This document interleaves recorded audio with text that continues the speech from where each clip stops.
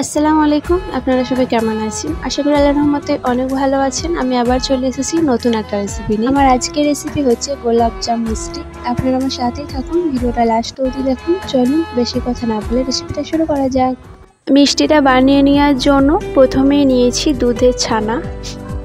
ছানাটাকে প্লেটের মধ্যে দেওয়ার পর 5 মিনিটের মতন ছানাটাকে ছেনে নিচ্ছি। 5 মিনিট পর চলে এসেছি। এর মধ্যেই দিচ্ছি ইস্ট, ময়দা, চিনি, বেকিং পাউডার, ঘি। এই উপকরণগুলো দেওয়ার পর সব উপকরণগুলো 10 মিনিটের মতন সেনে নিচ্ছি।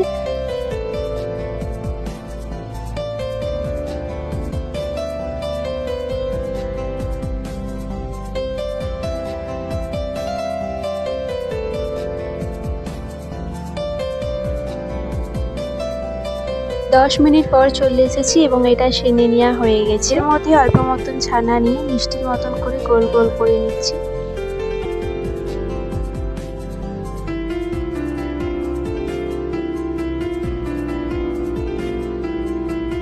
এদিকে আপনারা দেখতেই পাচ্ছেন মিষ্টির মতন করে গোল করে নিয়েছি। এভাবে আমি বাকি ছানাগুলো মিষ্টির মতন করে গোল করে নিচ্ছি।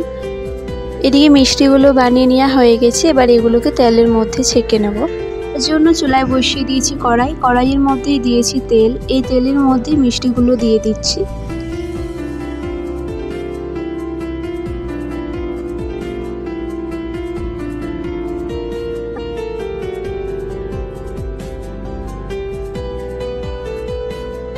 মিষ্টিগুলো তেলের মধ্যে দেওয়া হয়ে গেছে। এবার এই মিষ্টিগুলোকে হালকা চুলার আঁচে তেলের মধ্যে ভেজে নেব।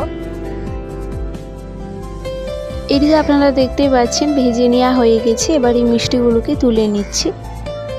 এবার আমি চিনি শিরাটা বানিয়ে নেব। তার জন্য একটা কড়াইয়ের মধ্যে দিচ্ছি পানি। পানিটা দেওয়ার পর পানিটা গরম হয়ে গেছে। এর মধ্যেই দিচ্ছি চিনি।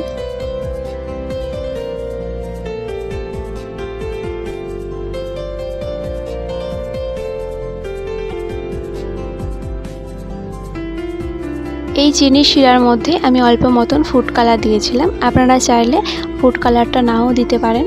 চিনি শিরাটা হয়ে গেছে। এবার এই চিনি শিরাটাকে আমি চুলাই থেকে নামিয়ে নিচ্ছি। এই চিনি শিরার মধ্যেই দিচ্ছি গোলাপ জল। গোলাপ জলটা দেওয়ার পর একটু নাড়াচাড়া করে নিচ্ছি। একটু নাড়াচাড়া করে নেওয়ার পর গরম শিরার মধ্যে ঠান্ডা মিষ্টিগুলো দিয়ে দিচ্ছি।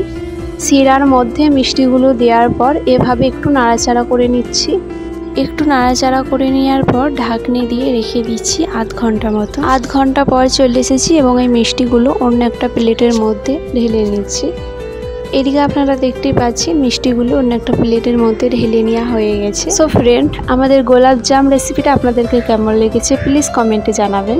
রেসিপিটা ভালো লেগে থাকলে লাইক, কমেন্ট, শেয়ার করে দেবেন। আল্লাহ হাফেজ।